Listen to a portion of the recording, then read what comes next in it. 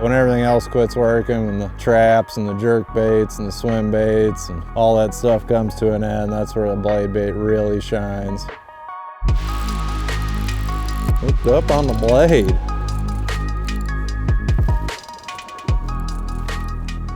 Got it pretty good too. Heck yeah. Bucket head on the blade bait. You can tell he's cold. Look, he's got a little tail, something sticking out of his gullet. We're eating some bluegills or something out here. Got a little extra room for the old blade bait though. Winter's coming, fish are feeding up. Get him back. Yeah, that was on the Rippin Blade. Classic fall, especially getting into winter season bait. Something about this bait, I'm not sure exactly what it is, but we're still not quite to the bottom of the water temperature cycle, but this is one of the last baits you can get bit on before a lake freezes up. And actually have some really good numbers, really good days of fishing, especially on smallmouth. We are messing around with them a little bit for largemouth today, but you know, you got them wintering whole smallmouth, and this is one of the best baits you can throw when that water temp gets in that low 40s, upper 30s. Pretty much the only bait you need that time of year. But it'll work before then too as well. And if you're not familiar with blade baits, they're real similar to a lipless crankbait, but a lot thinner. You know, it's just a little piece of metal like that with the weight on the bottom, not a, you know, hollow and bulbous like a lipless. The fish are pretty similar though, you know, got a lot of vibration when you bring it up and then a fast fall back down to the bottom, which this one here is a 9/16 of an ounce, which is about the right weight. Falls fast, casts really well, gets down to the bottom, triggers those bites at the fall, which is something you want. You don't want a light blade bait, you don't want one that hovers. This thing needs to go to the bottom like a rock after you lift it up, and that's what triggers those fish to bite. I like to just keep my rod tip up when I'm fishing it, let it fall all the way to the bottom. It's a bottom contact bait for me. I like to fish it down on the bottom. I don't do a lot of big rips or anything with that. I kind of use the reel handle to work the bait. Basically just tighten up on it, couple turns of the handle, get that bait vibrating, pendulum it back down to the bottom, and that's when your bites are gonna come. When you're fishing that cold of water, they can be pretty subtle, but you know, if I feel any resistance when I start the reel up, I'm gonna lean into it. They're not super active, they're not chasing stuff around. That's a big one. Way out on the initial fall. Coming up. Pretty in that clear water. Must have swatted at it. Oh, I don't know why I felt a little bigger, but really nice bass. Cold water bait. Blade bait's not just for smallmouth. Getting a little largemouth action on the Rippin Blade as well. The deal with this bait, it's a lot prettier than any blade bait. I've seen a lot of them are real basic, just lead and metal. And this one's got the stamped metal, which gives it that scale pattern, throws off some extra flash.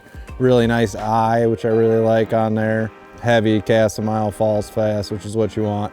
A little bit bigger than a lot of the blade baits out there, but I really like the profile, a lot more realistic looking than most of them. Comes with the snap on there already.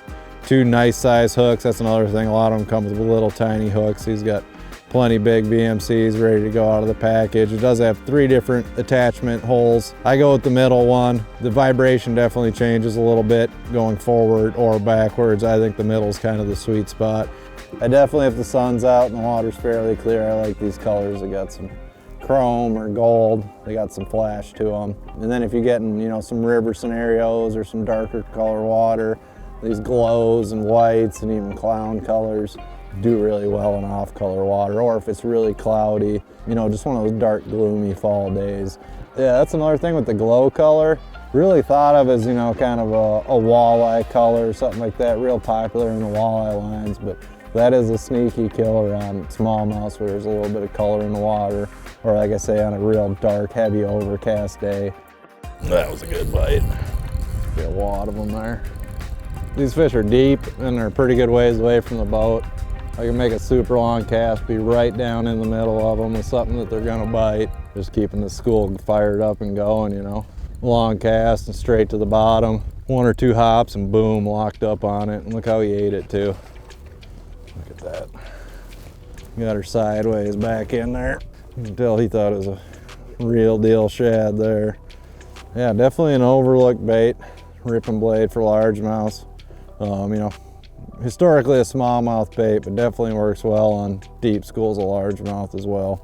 Like I said, you got to hit them pretty quick when they bite, so braid's really important on a spinning rod. This is 8-pound Suffix 832. And then I like going a little heavy on the leader, using 12-pound versus 8 or 10, just because this bait's bouncing around in the rocks. But having that nose stretch in that braid, because you do have to use a soft rod. You're using treble hooks and smallmouth, so the soft rod's important, but pair that up, you gotta have a braid to be able to set the hook when you're, get a bite down in 40 feet of water or 30 feet of water. There we go. Usually don't have to worry about them jumping this late, but that's a pretty one. He got it good too. Double hooked. I like that. Nice smallmouth on the old Rippin Blade. Pretty thick, healthy one. Getting fattened up for winter. If I can find a big flat area or a big flat bay that I think a bunch of fish were using earlier in the year, and then kind of find that first break off of there's really high percentage areas for this time of year. Right here we got some hard bottom with a little bit of grass kind of out closer to the deeper water, and these fish are going to winter here around this remnant grass and rock. Winter in smallmouth, every place I've seen them winter, it's always, there's some rock there and deep, close to the main lake basin, and then some heavy rock, which we have right here.